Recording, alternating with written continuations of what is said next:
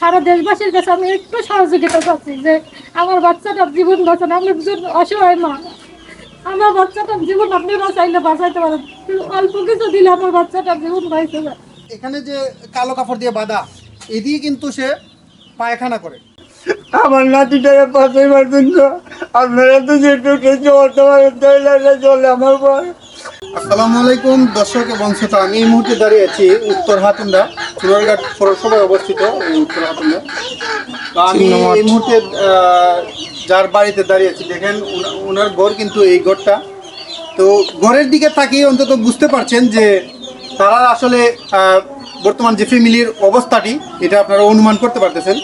তো আমি আজকে যে বিষয়টি নিয়ে আপনাদের সামনে আসছি, দেখেন আমি এখানে আসছি ওনার বাড়িতে, আসলে ওনার যে বাচ্চার যে অবস্থাটি দেখে কিন্তু আমি আর ঠিক থাকতে পারলাম না।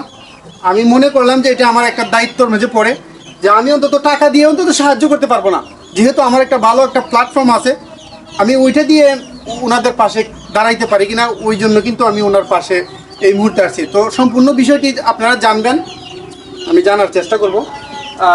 আপনার কুলে যে বাচ্চাটি কি সমস্যা ওনার একটু বলেন তো। আমার বাচ্চাটা আজকে ওর বয়স 2.5 বছর, ওর বয়সের মানে শুরুতেই ওর পায়খানা রাস্তার সমস্যা, মানে পায়খানা করতে পারতো না। তারপর ডক্টরের কাছে নিয়েছি, তারপরে ওনারা আমাকে শিশু হসপিটালে ভর্তি হতে বললেন। শিশু হসপিটাল গেছি করে ওনারা বলছে যে ওর সার্জারি দরকার, ওর পায়খানা রাস্তা চিকন যতটা দরকার ততটা নাই, মানে 3% দরকার, আর 2% আছে, 1% কম। তারপর ওনারা প্রথম সার্জারি করে ওর পায়খানা রাস্তাটা প্যাটিদা করে দিচ্ছে। তারপর দ্বিতীয় সার্জারিতে আমরা ওর পায়খানা রাস্তাটা বড় করছিল, তো ওই সার্জারিটা আমরা সাকসেসফুল হইনি।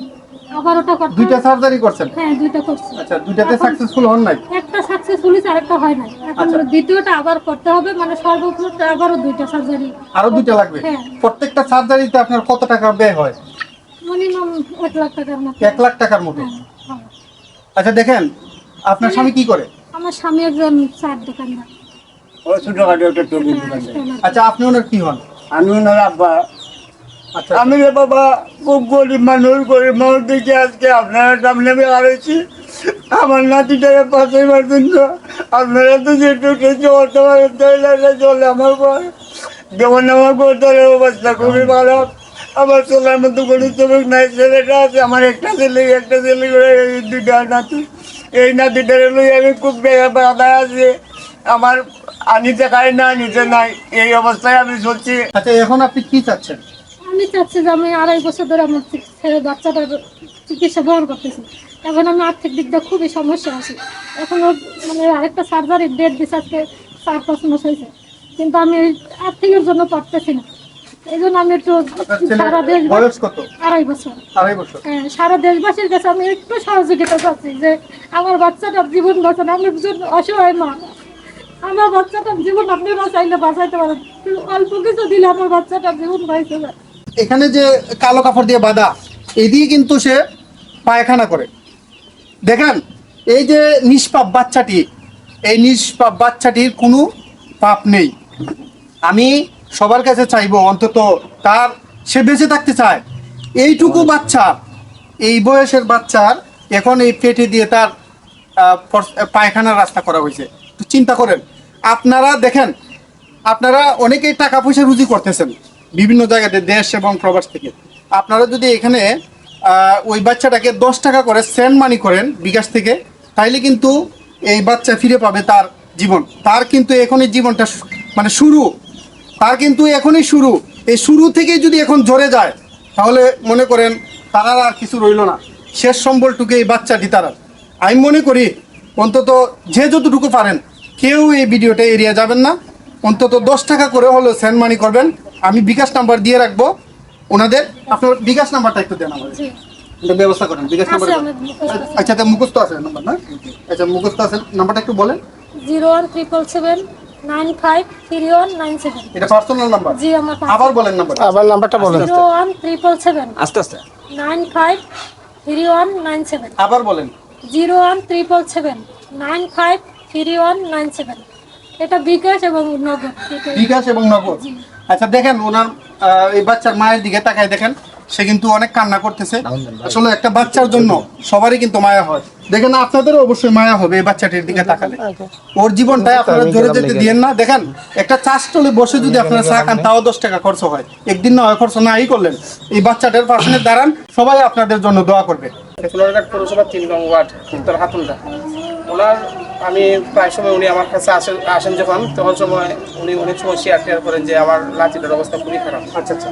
তো আসলে যেভাবে সহযোগিতা করার এইভাবে আমরা করতে পারতেছি না, না করতে পারি। মানে আমি দেখলাম যে অবস্থা, ওনার সহযোগিতা মনে হয় আমার ধারণা যে এরকম লাইফ টাইপ করলে যে অনেক মানুষ যারা আছে তারাও একটু সহযোগিতা করলে ওনার ছেলেটা হয়তো প্রাণে বেঁচে যাবে অনেক বড় ধরনের বিপদ থেকে। আর সবাই যদি সহযোগিতা করে তাহলে ইনশাল্লাহ দেশ এবং প্রবাসী যারা আছেন, দেশে এবং প্রবাসী যারা আছেন সবাই যদি আর্থিকভাবে সহযোগিতা করেন তাহলে অবশ্যই আল্লাহর রহমতে ওনার ছেলে সুস্থ হয়ে যাবে।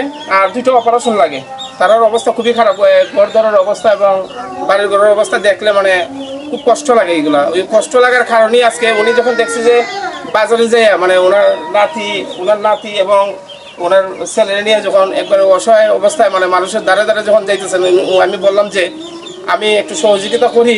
আমি হয়তো আর্থিকভাবে আপনারা সহযোগিতা করতে পারতাম না, যতটুকু পারি সহযোগিতা করবো আমার ব্যক্তিগতভাবে। এরপরেও আমি একটা চেষ্টা করি যে যারা মানে লাইভ টাইপ করে ওনার মাধ্যমে আমি লাইভ করাইয়া একটু চেষ্টা করবো যে জনগণ বা সাধারণ মানুষরা যখন দেখবে, প্রবাসীরা যখন দেখবে, তারা সবাই এগুলো দেখলে পর অবশ্যই সহযোগিতা করবে। সহযোগিতা করলেই আমরা মানে একজন রুগীর পাশে দাঁড়াইলাম। আর সুস্থ হলে তো আপনারাও দোয়া পাবেন। দেশ ও প্রবাসী যারা আছেন সবার কাছে আন্তরিকভাবে ধন্যবাদ। আর বিশেষ করে আপনারা দেখবেন যে অবস্থা খুবই খারাপ, আপনারা দেখলেও মানে আপনার চোখের জল চলে আসবে। আমি যেটা ভারাক্রান্ত মন নিয়ে মানে আর সহ্য করতে পারি নাই। এই টাকা পয়সা আপনার ব্যাংকের টাকা ব্যাংকেই পড়ে থাকবে, আপনি চলে যাবেন কয়বরে। তো কয়বরে যাওয়ার আগে আমি মনে করি একটা ভালো কাজ করে যান, এই বাচ্চাটির পাশে দাঁড়ান আর এই বাচ্চাটির জীবনটা ফিরিয়ে দেন। হয়তো আপনার কোনো দিকে না কোনো দিকে আপনার হয়তো ভালো হবে। যদি কেউ 10 টাকাও দিতে পারেন না, 10 টাকা তো দিতে পারবেন, যদি 10 টাকাও না দিতে পারেন অন্তত একটা করে শেয়ার দিবেন। আপনার একটা শেয়ারে ভিডিওটা বিভিন্ন জায়গায় মানুষের চোখের সামনে যাবে, কেউ না কেউ অবশ্যই ওনার পাশে দাঁড়াবে।